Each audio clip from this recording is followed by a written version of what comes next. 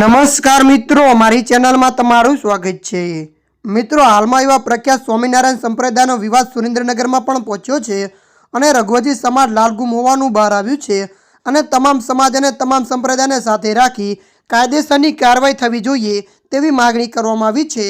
ત્યારે સ્વામિનારાયણ સંપ્રદાયના બેફામ વાણી વિલાસ કરી સનાતન ધર્મને નીચો બતાવવા ગમે તેવી વાતો બોલે, તેમના ખુદના પુસ્તકોમાં લખે, ગમે તેમ કરી સ્વામિનારાયણ સંપ્રદાય સાધુઓ શિક્ષાપતિ કોના દ્વારા માન્ય થઈ આ જવાબ આપે તેવું સુરેન્દ્રનગર શહેરના રઘુવંશી સમાજે માગણી કરી છે।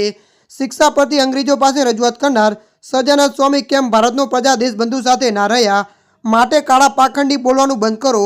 વેલ્યુ તો થડની જ થાય, થડ પૂજાય પરંતુ ડાળીઓ કદી પૂજાતી નથી, તે સ્વામિનારાયણ સંપ્રદાયને ભૂલવું ના જોઈએ। આ આક્રોશ સાથે રઘુવંશી સમાજે ન્યાયની માગણી કરી છે।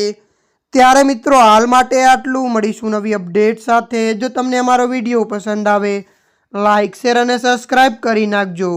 ધન્યવાદ।